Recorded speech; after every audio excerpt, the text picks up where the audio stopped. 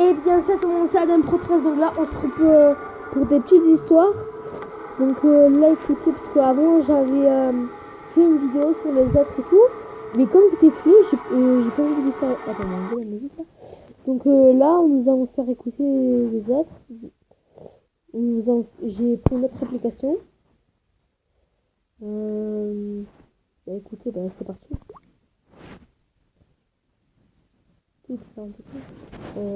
Rapport... Jeff Future, on va mettre. Hein. Ouais, Jeff Future, allez. Écrivez votre histoire d'horreur ici. Soyez authentique et évitez les erreurs grammaticales. Veuillez inclure le nom et le titre de l'auteur. Tout a commencé quand Jeff, un adolescent tourmenté, emménage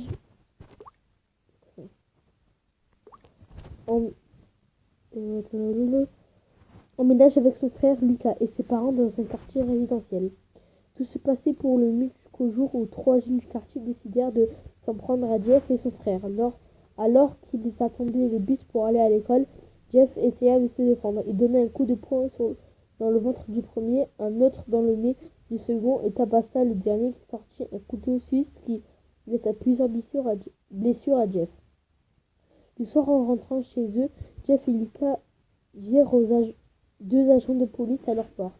Ils comprirent vite pourquoi Jeff alla se dénoncer, mais son frère arriva en relevant sa manche et dit « C'est moi qu'il faut arrêter, regardez, j'ai plusieurs blessures, c'est moi qui me suis battu. » Lucas s'était mutilé pour innocenter son frère. Jeff n'en croyait pas ses yeux. Les policiers arrêtèrent Lucas et l'emmenèrent au poste. Le soir même, Jeff ne dit rien. Sa mère lui tendit une enveloppe et dit « Regarde, hier, la voisine m'a présenté son fils. Tu es invité à son anniversaire. C'est ce dimanche. » Jeff connaissait le fils de la voisine. Ils s'entendaient bien et étaient dans la même classe. Le dimanche arriva et Jeff se prépara à partir à l'anniversaire de son ami. Une fois arrivé, Jeff remarqua ce type qui les avait agressés, lui et son frère, quelques jours plus tôt. Il décida de se venger et une fois dans le jardin de son ami, Jeff saisit un briquet qui avait servi à allumer les bougies. Il brûla la moitié du visage de son ennemi et se brûla accidentellement le visage lui aussi. Lorsque Jeff se réveilla, il était à l'hôpital. Il rentra chez lui avec sa mère. Cette nuit-là, la mère de Jeff se leva pour aller boire un verre d'eau. Mais en poussant la porte de la salle de bain, elle vit que son fils s'était taillé un sourire comme le Joker et qu'il s'était brûlé les paupières. Jeff la tua ainsi que toute sa famille. Il erre toujours dans les rues à la recherche d'une nouvelle victime. Serez-vous la prochaine? Ok, donc cette histoire, elle était pas mal. Donc, cette fois, on va faire... hop, ici. Ceci est un rapport d'une police sur une affaire de meurtre perpétré par une chose inconnue contre une femme nommée Lucie. Les faits suivants ont été recomposés d'après les témoignages des voisins et du mari de la femme. Heure, 23h30. André se réveille après avoir entendu un bruit suspect au sous-sol. Il se rendort et tente de ne pas se réveiller. À 23h35. Le bruit le revient et réveille de nouveau André. Sa femme n'était plus dans le lit. Il décide de descendre au sous-sol pour voir ce qu'elle faisait. À 23h42, André est au sous-sol et voit sa femme faire une étoile satanique avec les guirlandes de Noël entreposées au même endroit. Elle se tenait au milieu, les bras levés, les mains au niveau de la tête. André tente de la ramener à lui en lui prenant le bras et la relâche presque immédiatement. Par cause d'une forte chaleur, quelque chose tape l'arrière du crâne d'André et il tombe au sol assommé. À heure 23h57. André se réveille avec un fort mal de crâne. La suite du rapport est classée top secret et ne peut être lu qu'avec une autorisation du directeur de la Fondation SCP. Dossier bien disponible sur le site. Ok.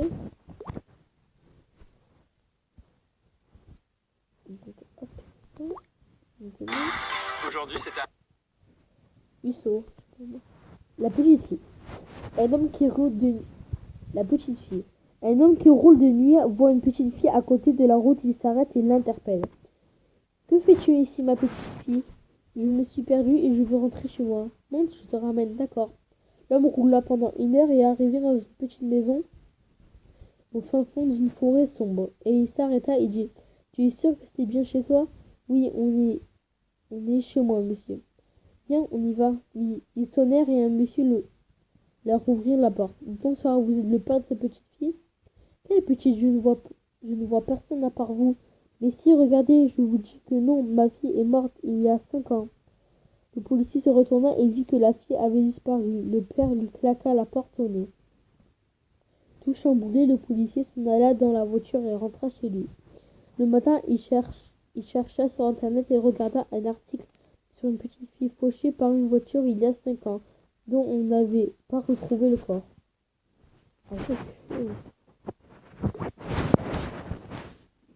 L'ami du placard. Oula. Hop, partie 1.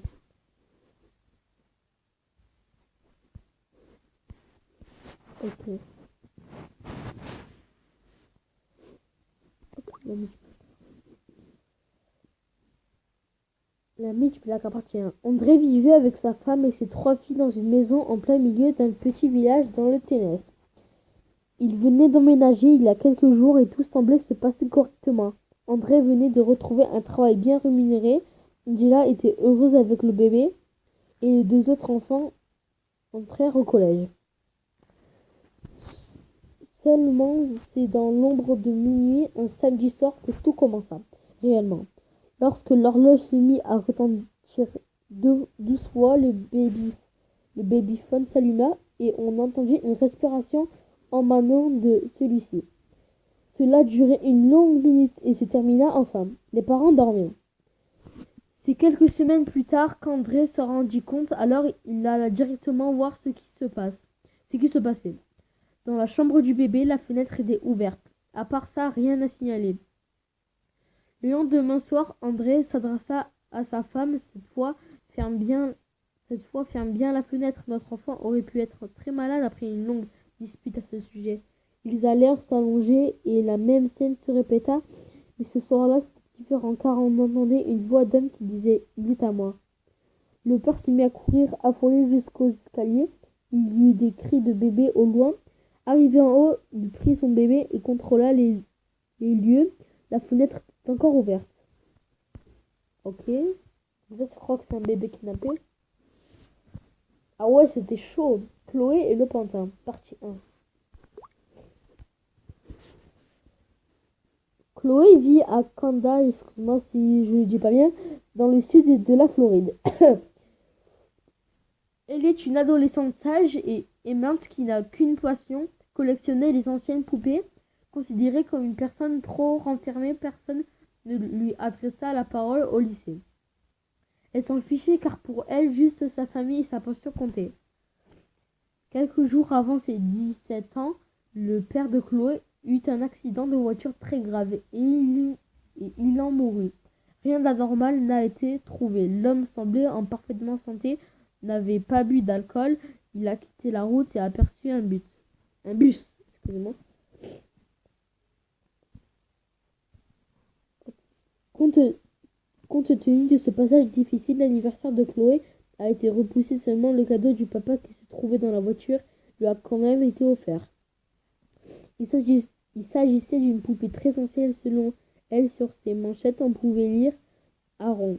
Après quelques jours, Aaron est devenu la pièce maîtresse de sa collection. C'était le dernier souvenir qu'elle avait de son père. Seulement, elle ne savait pas que celle-ci était différente des autres, beaucoup trop.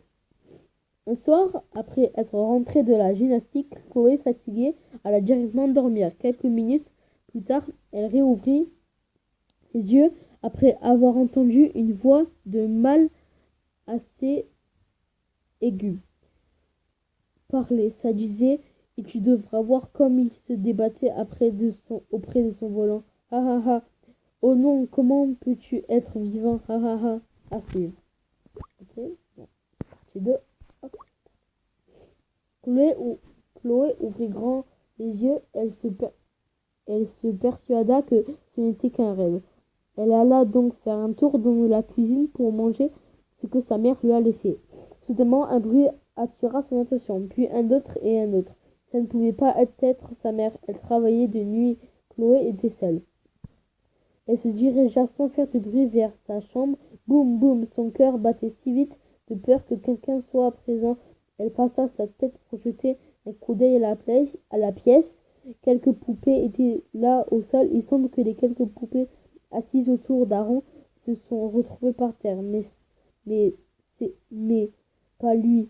Il y en avait 3. Rassurée, elle se précipita pour les ramasser. Faut-il tuer un démon? Partie 1. Ok. Je sais pas combien il y en a. Il y en a beaucoup.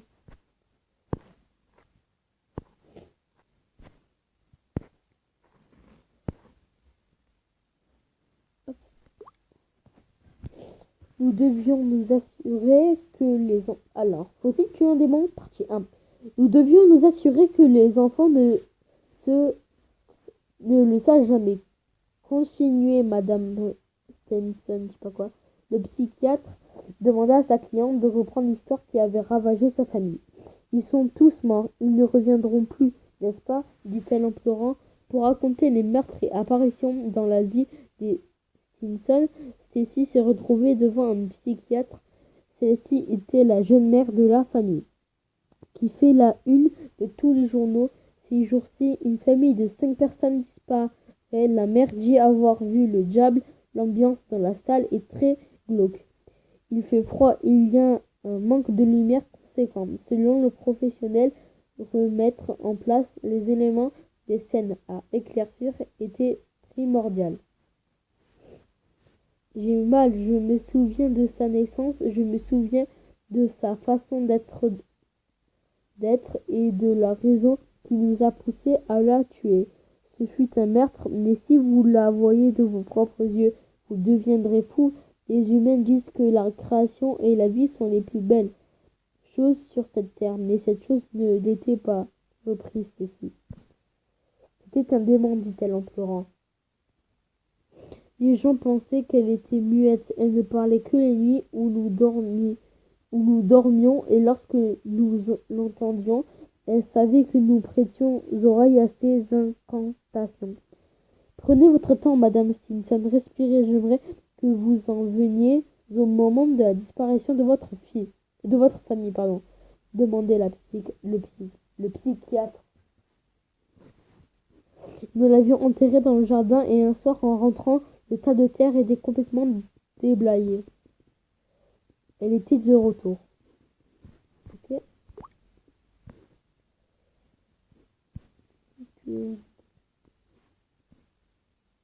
Petit tueur démon partie 2.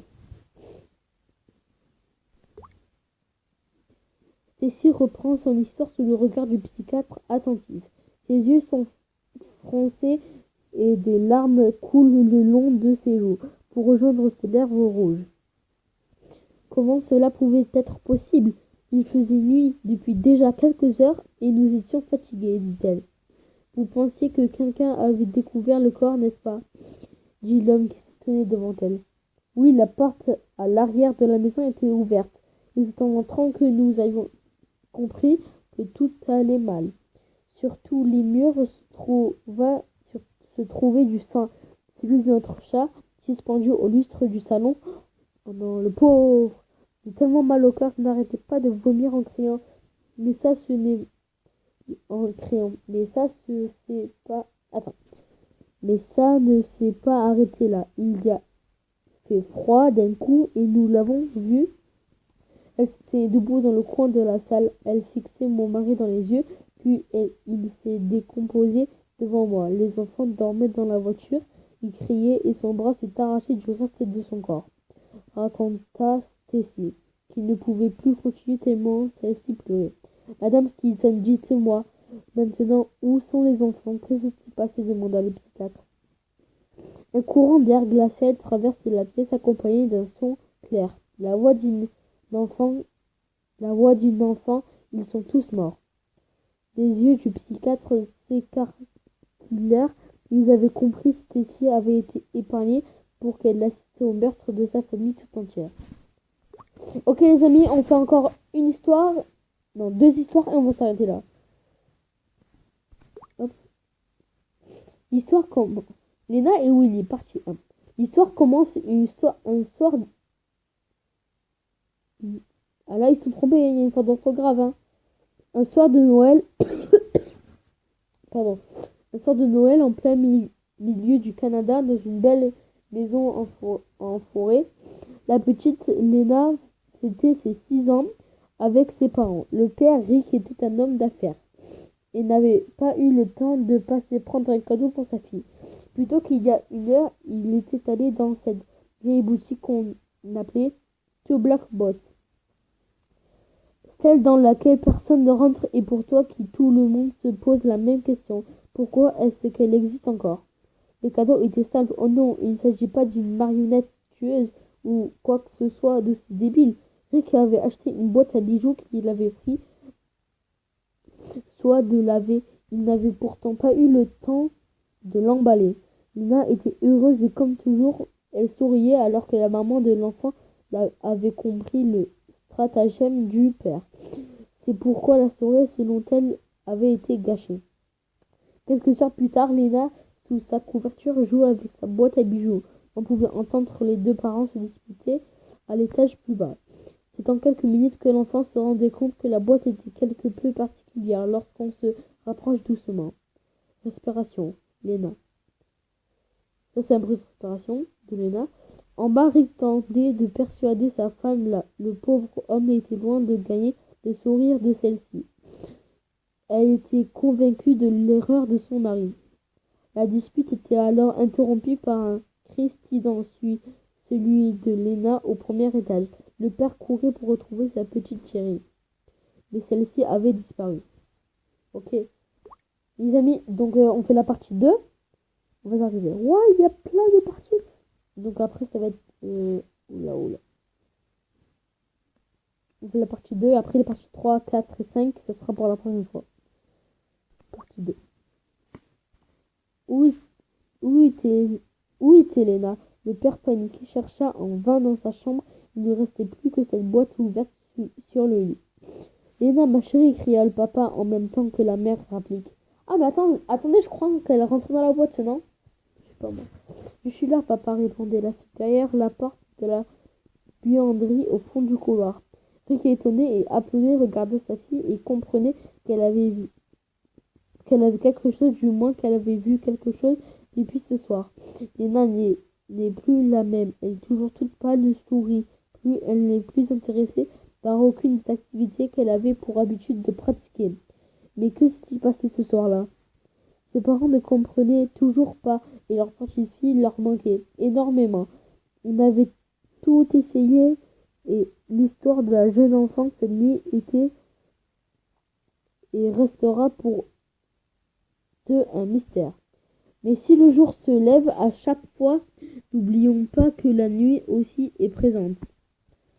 Respiration de Léna. Il y avait chaque soir cette voix que Léna ne pouvait cesser d'entendre auprès de cette façade brillant de cette boîte. Regardez bien, le miroir. Oui, il y avait ce reflet qui n'était pas le sien, mais celui de ce qu'elle appelait Willy. Voilà, donc les amis, on va s'arrêter là. En tout cas, donc la prochaine fois, on fera partie 3, partie 4, partie 5. Et voilà encore. Donc le suspense, je le laisse pour demain. En tout cas, j'espère que cette vidéo vous a plu. N'oubliez pas le j'aime et le commentaire. Et de vous abonner si ce n'est pas encore fait. Allez, salut, pour le